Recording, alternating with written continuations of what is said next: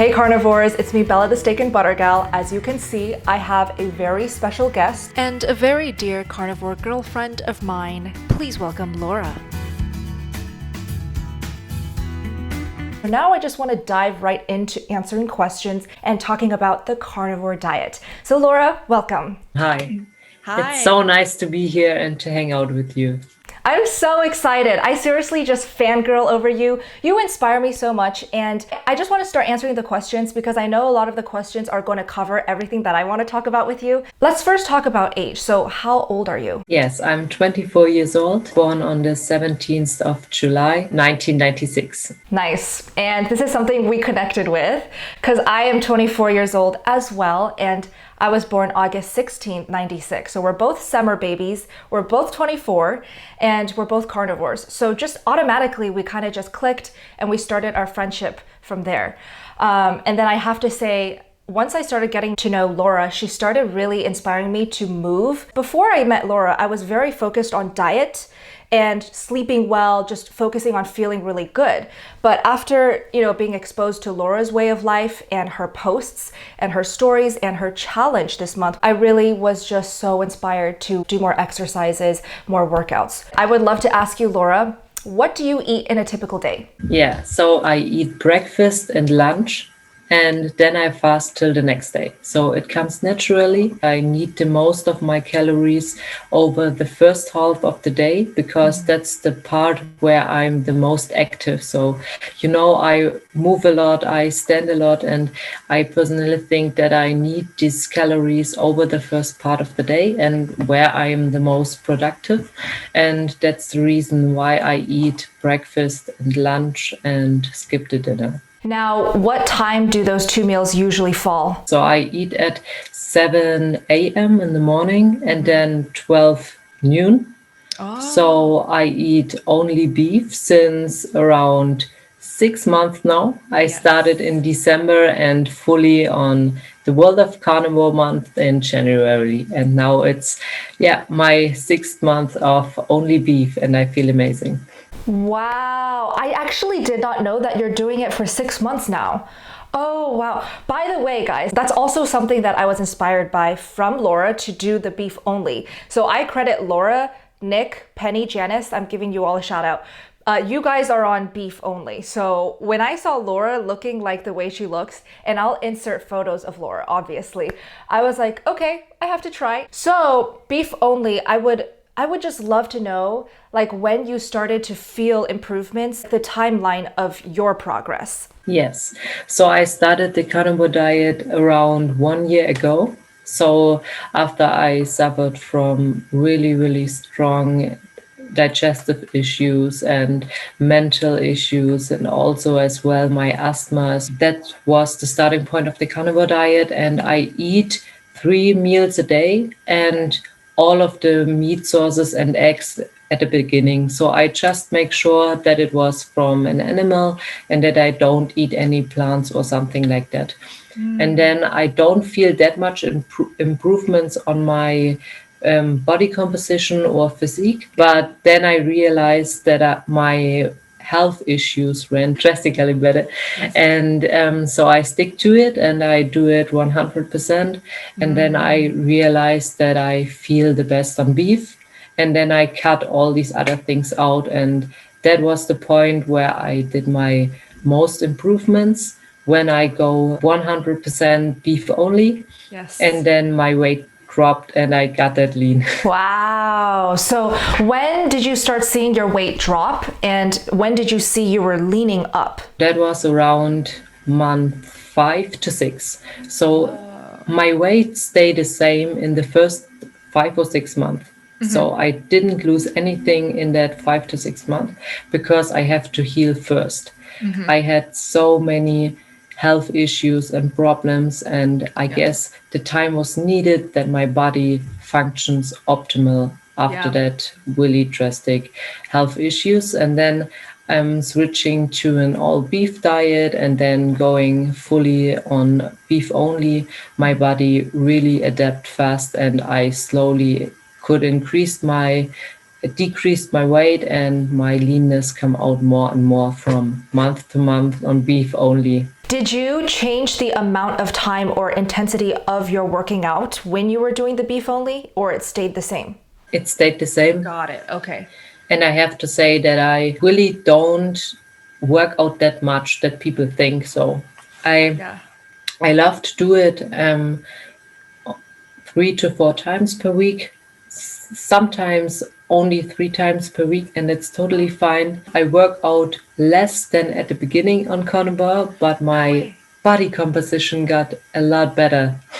Wow. Okay, I'm so happy to hear that, because I showed one of your pictures of you showing your abs to Steak and Butter Guy. I was like, look at this girl called Laura. Look at her body, right? And she is carnivore. Like, I just wanted to inspire him because I really want him to give carnivore a try, because I know the effects that carnivore can do for your body, especially if you want to look toned and lean and strong.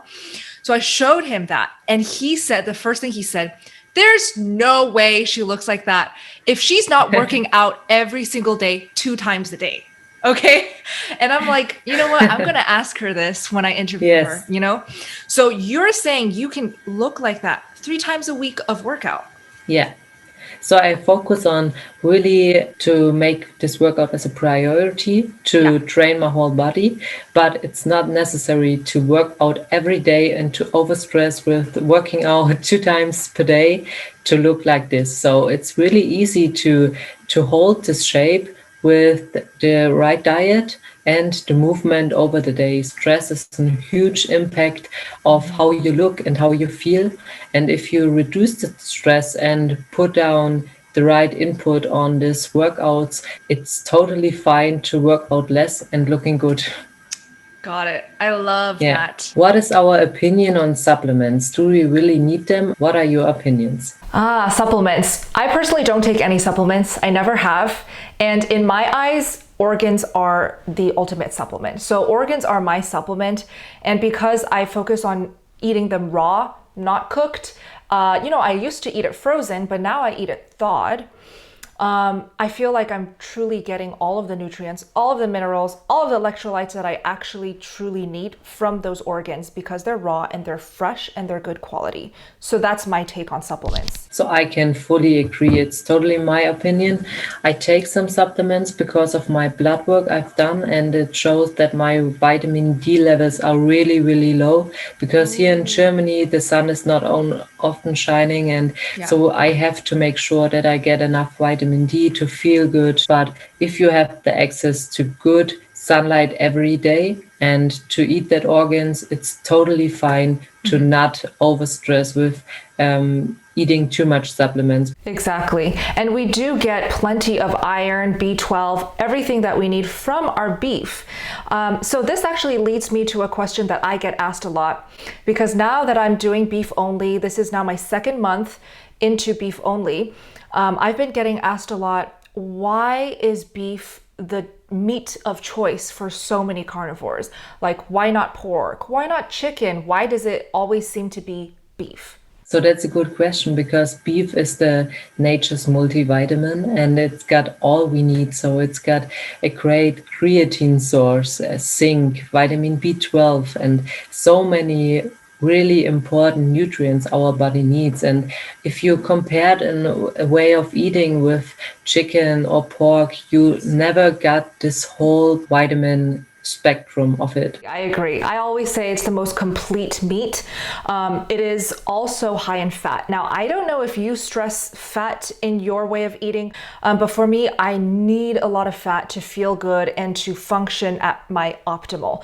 So because beef is just naturally so dense in fat, that rich, the ribeye cap, or an oxtail, that gorgeous fat, right? Or even ground beef, 80-20 is my go-to.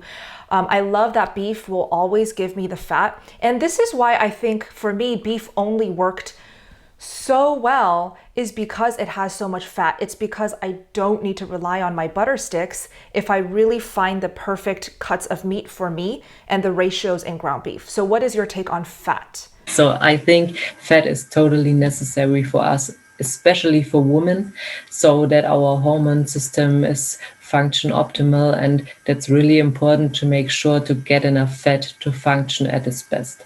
So in my case, I have to say that I tend to function better on a high protein diet than a high fat diet, but I make sure that I get enough fat to get all this benefit to my hormone system and to my mental clarity. It's really important. So I make sure that I eat 80-20 ground beef instead of the 95-5. We got in Germany 95-5 or 80-20, so there's nothing in between.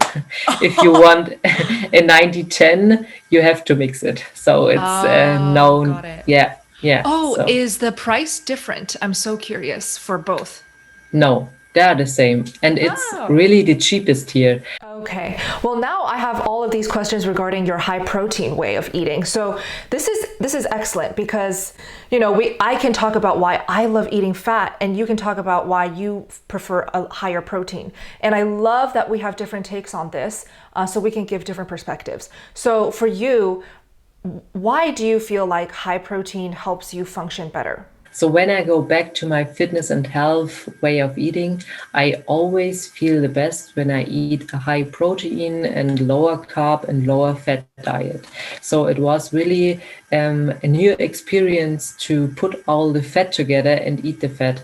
So I was always a person who eats more protein than fat. And I think it's just a personal thing of my previous way of eating that I love to eat more the higher protein instead of the fat. So when I can choose between a sirloin steak and a ribeye, I would eat the ribeye, but I feel the best on a leaner cut of meat because I feel that my body can digest this very well, and that is the most important thing for me, that I can eat it and then go out and do my activities instead of sit down and processing it and feel a little lethargic after. Yes. Very interesting. With your ground beef patties, because I see that you post that a lot as part of your meals, is that a mix of 80-20 and the 95-5? So usually I eat 80-20 ground beef patties for my breakfast because I make sure that I get the most of the fat of my current diet in my breakfast to have the energy over the day. And then my meal 2 is always lean. So it's a mixture of 90-10 ground beef and steaks, but lately I do steaks only for the meal 2 because I want to make the experience like you, that I eat only steaks and feel the best. So I reduce now the ground beef and slowly get into eating only steaks for my meal 2 and for my meal 1 too. Yeah. Got it. I like that. So you start the day off with a little bit higher in fat, you end it leaner. Oh, very good, very good. And did you notice your need for fat decrease or increase or fluctuate during your whole journey of doing beef only? Did it change? Yes, it did change. The beginning, it was more that I crave leaner cut of meats, but then after a time when my body adjusts and get the positive effects of fat, it always crave fat sometimes. So it depends on the day. Some days I crave really lean meats, but the other day I feel like I need that fat, and I guess I made this fat cycling and it works really good because your body needs that fat, but I don't overstress with doing the exact thing the whole time. Every day. Yeah. So I make sure that I listen to my body and listen to what it says to me. When I need that fat, I give it. And when I don't need it, then I stick to leaner cut of meat. Amazing. Yeah, I think moral of the story for anyone, because all of our bodies are different, all of our appetites are different, and they do change day to day. At the end of the day, the best teacher, the best coach, the best guide to eat the right ratio on carnivore is, in fact, your own body. It's your signals, your cravings, your appetite. What does it want at that moment? Just listen to it, you know? So one more question. I know I'm asking all of these questions instead of you asking, but I'm so curious. Did you feel like in the beginning of carnivore, you had no idea what your appetite was telling you? You were not sure if you were hungry, you didn't know what it felt like to feel full, anything regarding that? Yes, it was definitely a way I have to learn for myself because I only had a certain plan. So I only had a nutrition plan where I have my 6 meals and the amount of food, and I don't think about to listen to my body because I always work the plan off and I don't feel like, okay, am I hungry or am I stuffed? Or I just did it what of the plan stands for me. So I have to learn to listen to my body and to listen to what I really crave. And that I have to say that I have to learn this in the first 6 months. So I use the time to really figure out what food works the best for me and how I can handle some stuff and what's the best for me in my case. Yeah. And the time was needed to figure it out. And after the time, I realized that my appetite decreased and that my amount of fat, what I need, increased. Yes. So I got a really good feeling what my body needs and how I can achieve this. Amazing. That also gives me a lot of hope because a lot of ladies are just alarmed when they first start carnivore, like, why am I eating so much? Why am I just needing so much beef? And it's because either you had a history where you were eating on this plan that just wasn't right for you, or you restricted, or you counted calories, or you were just eating the wrong diet. So every female, male included, needs some amount of time to heal. So I'm glad that you really listen to your body because look at you now, you're thriving. The most important thing is that they listen to their own body because I don't can write, you have to eat 2 steaks for lunch and you don't have that appetite for it or you need more. So it's so personal, individual that anyone should listen to their body and to make sure when you are hungry, eat. And when you don't are hungry, then don't eat. So it's that simple, but it's always a learning process and it takes time, of course. Yeah. For me, it was always the thing that I think meat is the most important thing people should eat to heal. So that was why I started the carnivore diet, and all people around me shake the head and they say, you are crazy, you can't do this for long. And yeah, now 1 year later, I healed all my health symptoms and I'm so proud that I stick to it because I don't have the support of any of them.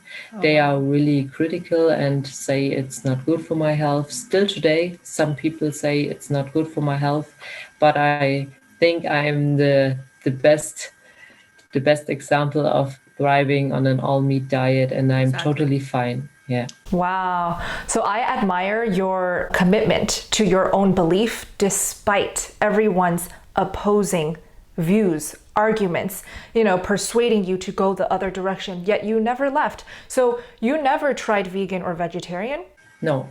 So I tried to decrease my meat amount in the beginning, but I realized that I feel worse when I decrease my animal products. So I always make sure to include them. Good for you. So much respect. And you also saved yourself a lot of healing time just by not eating those diets. Yeah. Okay, then what about when you're eating out? What do you do when you have to eat out?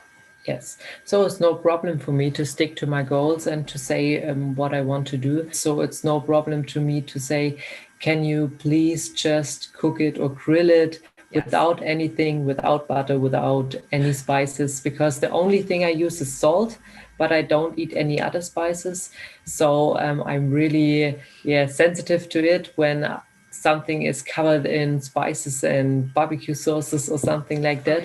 But sometimes it's just that I say, okay, when there is no possibility or opportunity for me to eat out, then it's totally fine to just sit there and to enjoy the social situation without eating. That's okay, because I don't want to eat any crap. So I, instead of that, I don't eat nothing instead of eating something I don't really enjoy. I don't have to answer that question because everything Laura said is what I would say. So, great minds think alike. And this is why I'm so attracted to your approach to carnivore because it's truly similar, so similar to mine.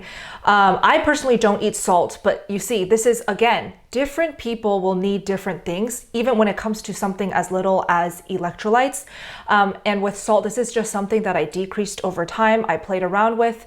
I personally just feel best without salt. So again, focus on what makes you feel best. So yeah, social situations, I have to, repeat what you said, like to my waiter, waitress, at least 3 times, because there have been so many times here in the restaurants, steakhouses, where they bring me a steak and it is covered in salt and pepper. And, sometimes they put a big fat square of butter. And even though I love my steak and butter, I don't know what's in that butter. And even that scares me. So I'll tell them to take it back and I have to be the bad guy, and it just makes me feel so bad. So I think the biggest takeaways, what Laura said, is to really just make it clear to whoever is taking your order, like explicitly clear, because this is for your own health. It's so you don't have to suffer after that meal, or just fast, or just don't eat. I love that. I love that. Now, how about with family? Your twin sister, your parents, what are their thoughts? Okay, so I have to say my twin sister is a vegan since 3 years now. Oh my So God. it makes it so difficult because my parents have the one extreme of the vegan girl and the Yeah. other extreme of the girl who only eats meat. So it's my God, your poor it's so parents. funny. Yeah. But my parents are all the most supportive people in my surroundings, so Yeah. they accept it. They don't understand it really good, but my dad always enjoyed to grill with me, to go to our outdoor kitchen. My dad has an outdoor grilling place and then Great. kitchen outside, and he loved to make the steaks, and that's really something our relationship strengthens because we share this passion about a good piece of steak or Oh, wow. yeah, and that was really great. But my sister always supports me, and it's really cool because we can discuss certain things. It's just so intriguing to actually hear about a family where 2 twin sisters, right? You and your sister. So Luisa is vegan, Laura is carnivore, and they don't fight. They don't have conflicts. They are able to eat their different meals at the same table at the same time and be okay with it. So that says volumes about how you can make it work no matter what. What are the most similarities and what are the opposites of you two? First, I want to just share that, Laura, you are, your zodiac sign is Cancer. Yes. That's what you told Yeah. me. And your birthday is July. Okay, so I'm a Leo, and I'm not sure the compatibility of that, but I personally kind of feel like zodiac traits with each zodiac sign is pretty accurate. I at least feel like with my sign, Leo, it is like to the T accurate. Like, everything about Leo, I feel like that's who I am. So if you guys know Yes. about Leos, if you are a Leo yourself, you would know one of the biggest popular traits of Leo is they're super prideful. They're very social. They love to, I guess, lead, but just, they're very independent and confident and stuff, which I have to say, I didn't truly feel like a true Leo until I went carnivore. So, things changed and things got enhanced. So those are traits that I do identify with. Just I'm like shameless. Like if I want to do something, I will, do it, have my mind stick to it and do it, get it done. So those types of traits, very strong traits. Now with Cancer, what do you feel about that? Is that accurate with you? No, totally Okay. not. Because I have to say that because I'm a twin, I am come too early. So my actual birth date should be in August the 3rd. So I am more a Leo, and that's the difference between me and my twin sister. She got the character of a Cancer, and I have the character of a Leo. So I'm totally open-minded. I'm confident in my way of living, and I'm, like you said, when I am passionate about something, I want to do this now, and I don't wait. I think with Leos, something so strong that I can feel with anyone, and I don't even have to know that they are a Leo, is that that sense of independence. Like they don't need anyone's approval, and if they have their mind set to something, no matter how controversial, they'll just do it because they want to, because it's in their best interest. Now, Yes. I often get told like, you're borderline selfish, because of how much you want to achieve what you want to achieve. Like you're, what's that word? Ambitious is also a trait for Leos. Yes. But that can be often confused with being selfish. So I'm not sure if anyone has ever told you that, but I totally have gone through many situations where I have come off as selfish. And I did feel like, oh, wow, I should have been more considerate. But then now that I'm a carnivore, I realize if I want to live my best life, I have to focus on myself first before I can love on or care for others. I have to make sure I'm the best version of myself. Yes. So I think selfish is a really good word because it's always have this negative background, but being selfish is nothing bad because you are the most important person in your life, and you have to focus on yourself and do the things you do because it's your life and nobody other live this life. Yes. So I'm totally in agree this that we have to focus on ourselves, and then we can put this love to other or can help others. And it's so important to make sure that we can achieve what we want to do, and then we can surround our people and help them and so on. So I'm truly the same, and I don't think that being selfish is something negative. It's something really positive, and we have to do this to improve ourselves. Preach, Laura. Amazing. So carnivores, I hope you loved and enjoyed this conversation I shared with Laura as much as I did. Laura is truly a dear and close carnivore friend of mine now, and I look forward to the next time I can invite her back on the channel. Do comment below and thank Laura for being so amazing. And Laura, if you're listening, I love you so much, and thank you for coming onto my channel. Until next time, SBG out.